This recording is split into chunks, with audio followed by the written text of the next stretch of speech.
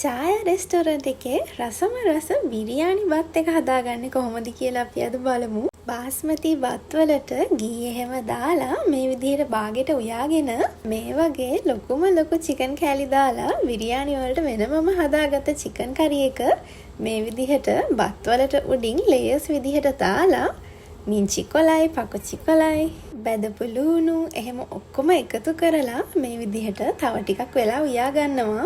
ඡායා restaurant එකේ හැම කෑම එකක්ම ඉහළම ගුණාත්මක භාවයෙන් ඔයගලන්ට දෙන්න තමයි අපි හැමතිස්සෙම උත්සාහ කරන්නේ.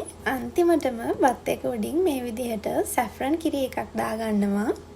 මේ විදිහට කලවම් කරනකොට නම් පුදුම සුවඳක් එන්නේ. අපේ බිරියානි වලට මේ රයිස් වලින් ලොකු පෝෂන් එකකුයි ලොකුම ලොකු චිකන් කෑල්ලකුයි බිත්තරේකුයි රයිතා සැලඩ් එකක් දෙනවා.